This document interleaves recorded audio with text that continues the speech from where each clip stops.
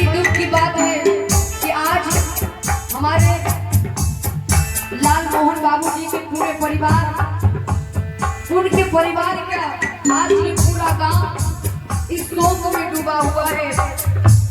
लेकिन किया भी क्या जा सकता है। आज हमारे लाल मोहन बाबू, आज हमारे प्रभात जी अपनी माँ को हर जगह ढूंढते हैं, हर को किसी से पूछते हैं क्या आप मेरी माँ को देखे, क्या आप मेरी पत्नी को देखे, लेकिन कोई भी सही पता बता नहीं सकते। हे बाबू जी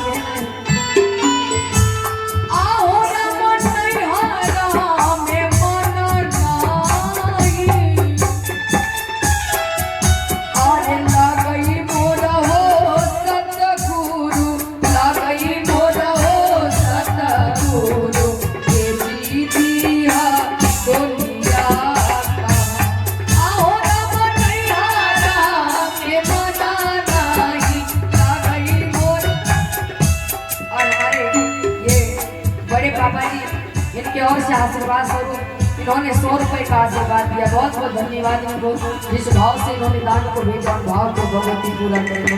बहुत बहुत धन्यवाद।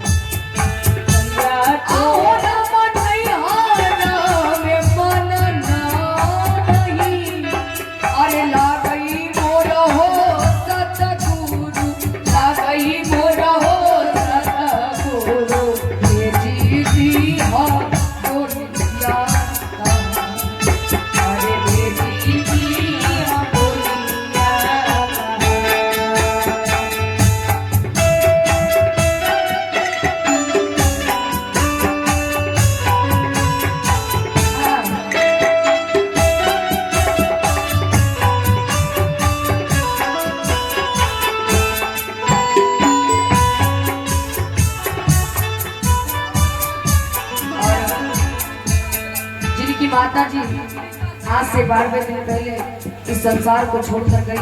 हमारे प्रभात रंजन जी की ओर से अपने माँ के आत्मा की शांति के लिए इन्होंने 500 रुपए का आशीर्वाद दिया। बहुत बहुत धन्यवाद इनको, जिस भाव से इन्होंने दान को भेजा उन भाव को भगवती पूरा करी, मंगलमय हो।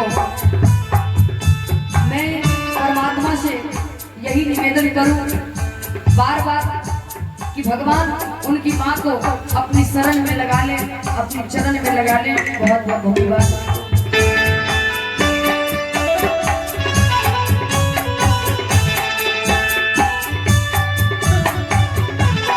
और ये हमारे जयप्रकाश बाबू जी जो कि इंजीनियर साहब हैं, इनके ओर से 100 रुपए का दान आए हैं। बहुत बहुत धन्यवाद इनको, जिस भाव से इन्होंने दान को भेजा भाव को